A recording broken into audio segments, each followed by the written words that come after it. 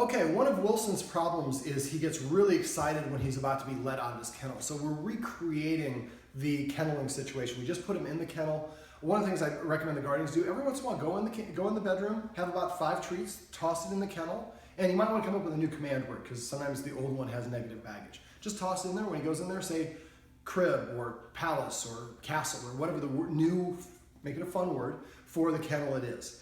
And every time he touches his lips, we just say the same thing. Do that for like 5 or 6 treats and then leave. Right now, the only time that you put him in the kennel is when you're leaving. So it represents that you're about to leave, which he doesn't like, and that gets him all in a fluster. So we practice this 2 or 3 times a day. Going in there, he just gets treats, and he gets to leave the kennel, and the humans don't leave. Now it's no longer associated with the negative, the people leaving me. All right, so what we're gonna do is I'm gonna explain all this in here because he's probably gonna be barking up a storm. You won't be able to hear very much in that video. But basically, I'm gonna go in and I'm gonna be the one to let him out of the kennel. Now, if we just open the door and let him explode out, that energy is gonna take a while to dissipate. I'm gonna use the confines of the kennel to help him settle down. What I'm gonna do is I'm gonna open the kennel door and I'm gonna wedge my feet in so that he can't block it. I'm gonna hold the gate of the kennel up against my calves so that he can't push his way through. Once he stops pushing, then I'm gonna open it the rest of the way and I'm gonna kind of spread my feet, make sure he can't run through, and he's gonna try to escape, so you have to be careful. Let's say this is where the kennel's over here. So I'm gonna be right up against the kennel, and once he settles down, I'm gonna take a small step back, just 2 steps only. If he tries to come forward, I'm gonna and rush towards him. And I'm gonna keep doing this back and forth dance, and when you move forward, make it very, very fast. He can't escape, otherwise it'll make it harder. Eventually it gets to the point where he will stop protesting and trying to push his way out. At that point, right now, I'm gonna probably be about 3 to 5 feet away. I would recommend the guardians are probably about 1 to 2 feet away because the more space he sees, the more opportunity he sees to go out. I have better timing because I do this for a living. But eventually you'll be able to move further and further away. Eventually, what I'm gonna do is wait for him. As soon as he sits down, I can't do it now, but as soon as he sits down, I'm gonna take a step backwards at the same time, or right after he does it. When he sits down, he's saying, I'm challenging to escape or push my way out of the kennel less. I want to reward that. So I reward that by moving backwards, 2 steps only. Do it right away as soon as he sits down. And I'm going to wait for him to lay down. As soon as he lays down, I'm going to go like this and offer him and give him the command word of come, even though eventually we'll transition it to here. Or you can make up with a command word that specifically means leaving the kennel. Maybe exit, parole, freedom, something that's kind of funny. So when he comes out of the kennel, and a lot of dogs won't want to come out of the kennel after they lay down and like come, and they're like, no. Well, you can do things, this is confrontational, so you can turn him to the side and say come. Lowering yourself also makes it more appealing. Eventually he'll come out. When he does, when I pop the treat in his mouth, I'm going to say parole or whatever the word is that means you can leave the kennel. After you practice this enough, you'll be able to come home, open the kennel, go in the bathroom, wash your hands, change clothes, go in the kitchen, start making dinner, and then say parole, and then he'll run out of the kennel. But we don't want him to come out of the kennel excited and hot. That's why we're waiting for him to lay down. Now, I'm not telling him to sit, and I'm not telling him to lie down. I'm waiting for him to do that. Hopefully he does it right away. He's a young dog. It may take a while. We may not actually get this on footage because I don't want to have 15 minutes of watching a dog bark because that's not going to be very entertaining. But as soon as he lays down, immediately we let him out at first. And we do that several times until he starts laying down right away when you approach the kennel because he knows that laying down is what is going to get me out of the kennel. But now he's in a more subordinate position, he's calmer. Then once he starts laying down right away, then we make it more difficult by adding time. So we might wait 5 seconds and then say here, or parole. Then we go next time 10 seconds, 20 seconds, 40 seconds. Work your way up to the point where he can be in there for several minutes before you come out. Now again, don't move too far away too fast. I'm gonna be able to do it right away. The guardians need to kind of do this very gradual, and you'll be able to gradually increase the distance away from the kennel. And eventually, like I said, you'll be able to leave the room. All right, so let's go ahead and we're gonna go release Wilson. So he stopped barking as soon as he heard the door open. Hopefully he stays as a non-barker, but we'll see. And when you're doing this, be very casual. I'm not rushing. I'm gonna actually ask Mom to go ahead of me and close that blind. Otherwise, I'm guessing it's gonna be very backlit. It's gonna be hard for anyone to see me. So you can see the dog, he's got his legs sprayed. He's a little bit accustomed. Is it lightning? Is it aperture changing? Yeah. All right, perfect. Do we have any other lights we can turn on? Over there? Mom, oh, that's the other way. There we go. There we go. All right. All right, so again, I'm approaching it. Actually, maybe where your mom's at might be a better spot. All right, so I'm not going to just let him out right away. I'm going to put my knee up against it first and then open it. See how he lurched forward? He's ready to push his way out. I love it when I can call the shot ahead of time.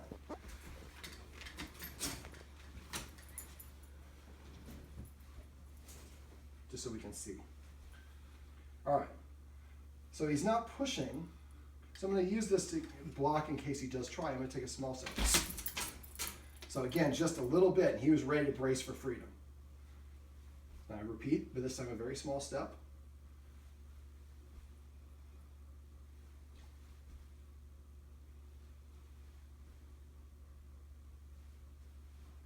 Now, I didn't think I would be able to talk because I figured he'd be barking up a storm. So this is actually good. I can kind of communicate a little bit what's going on.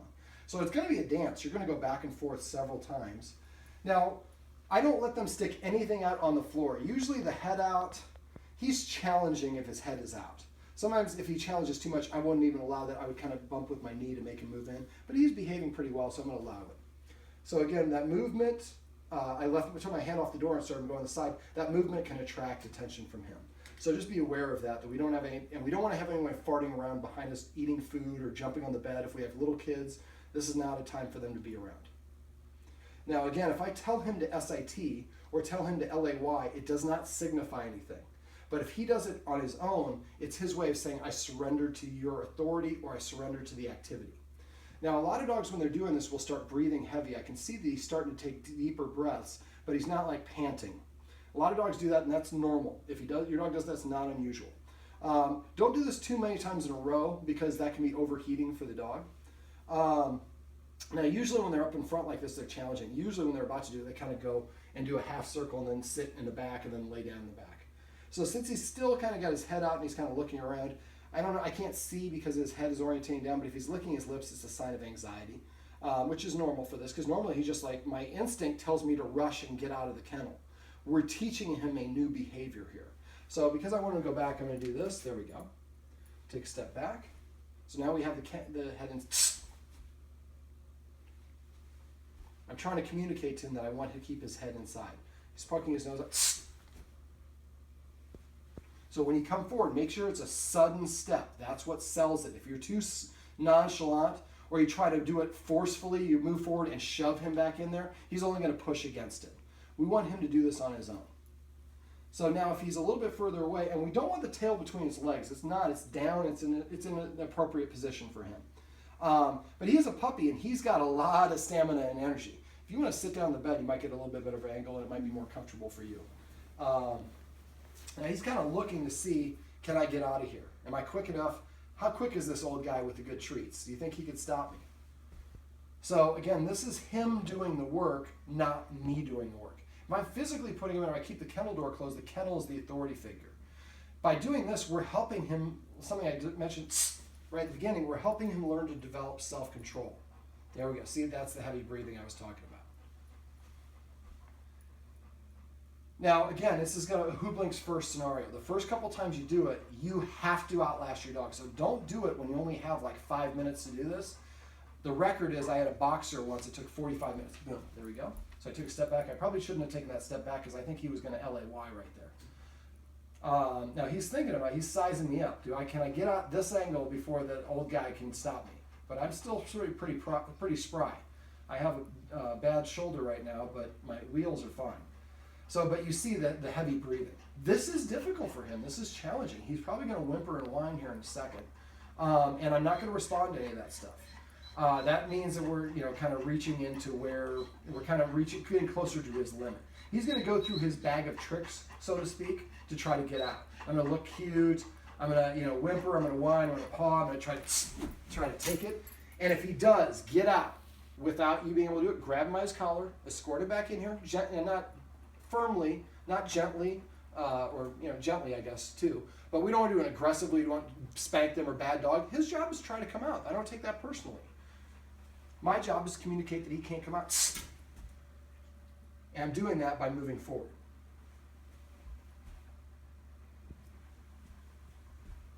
So now I can move even further away and I don't have to use the gate because he understands kind of what I'm asking from him. Now, I'm not saying that he understands it because he doesn't right now. That's why as soon as he LAYs, we let him come out immediately. And once he's done that enough times in a row, then he'll start to LAY faster and faster because he understands surrendering to the human is rewarded. Challenging the human is futile. Because as I've told the guardians, you have to always outlast your dog. So if you outlast your dog, after a while, I'm going to wait and see if he LAYs there. Huh? He didn't, so I'm going to take another step back. And the step back tells him, I like what you just did. Because you took a more subordinate position, I move myself away from the door, which moves him closer to the door.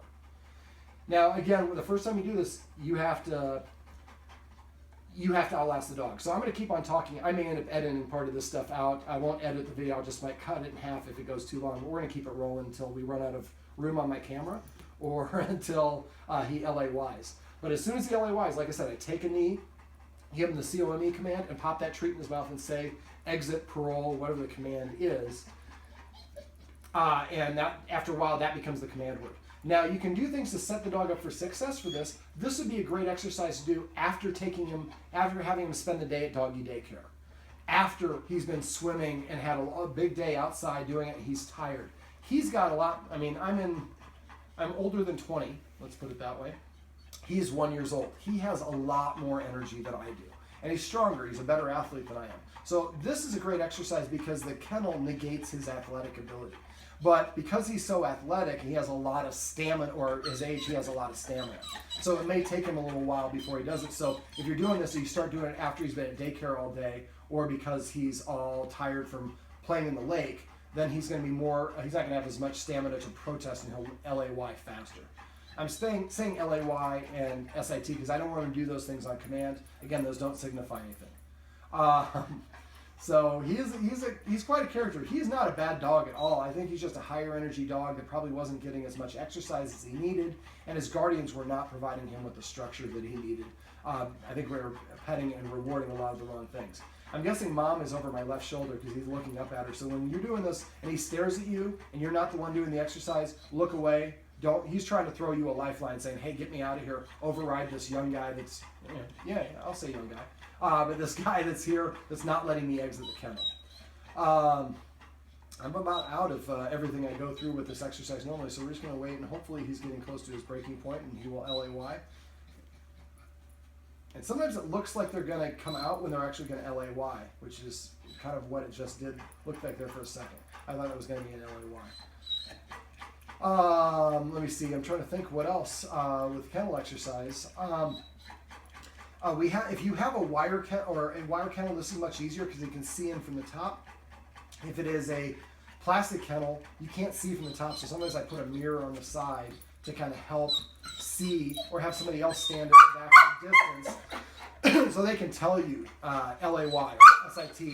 Now, once you're a certain distance away, I can see through the front of the kennel and I can see it, but if you're right up against it, you won't be able to see any of that stuff. So I would practice this every time you let him out of the kennel until he, like I said, understands that I can't leave the kennel. Can I grab my water? Now he's going to use anything distraction to try to run out. So if somebody comes and knocks or comes in the room, make sure you're focused on the dog because he's going to use that as an opportunity to run away. Now if I turned my hips to the side, he would run out. If I turned my back to the kennel, he would run out. So right now, this distance is probably about 2 or 3 times the distance that the guardian should be from the kennel when they're doing this exercise. Now that kind of quasi-walk forward is more of an indication of him more challenging. Again, like I said, in my experience, most of the time when they're going to LAY, they kind of go to the back and do a kind of a half circle or a full circle and then LAY back there.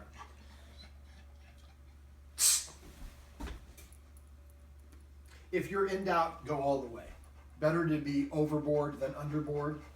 I don't know if underboard is the word in this scenario.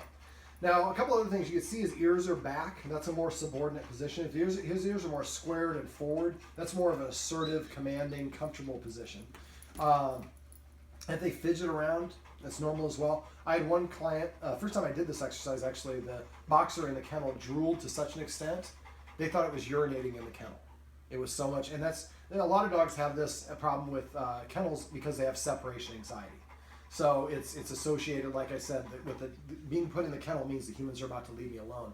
So the more you can practice putting him in the kennel with those 5 or 6 treats and walking away, the more inclined he's going to be to go in the kennel, hang out, because it's a good positive place. Also, if you get bully sticks or a new toy, he should discover it in his kennel. So again, we create another positive association, a reason to go and check out the kennel.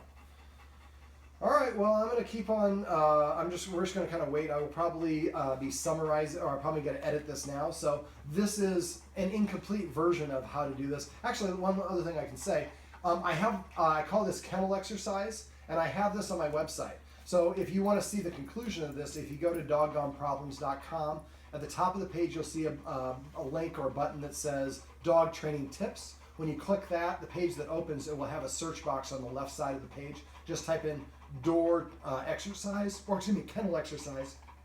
I call this kennel exercise. And a bunch of other write-ups for other clients will come up, and you'll be able to watch videos where I go through the whole ending process, because it doesn't look like he's going to end right away. We're going to outlast him here, but this is how you can train your dog to exit the kennel calmly. Yeah, I was only breathing heavy because you were talking. Should I stop it? Let's keep it rolling. Okay. I can edit it if I need to. He's edging towards the front. In my estimation, usually they go towards the back when they're going to surrender. He could be. Oh, look at that. It's almost like I know what I'm doing.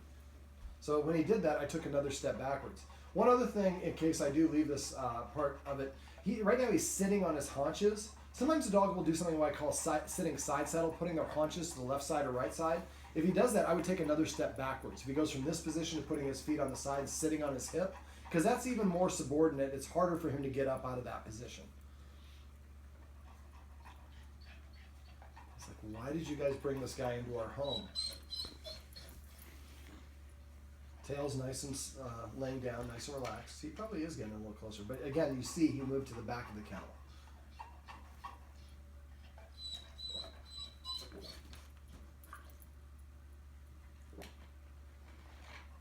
So the whimpering didn't work, so now he's trying, other things. I'm going to just look really pathetic and see if I can use the guilt trip and get them to come and let me out.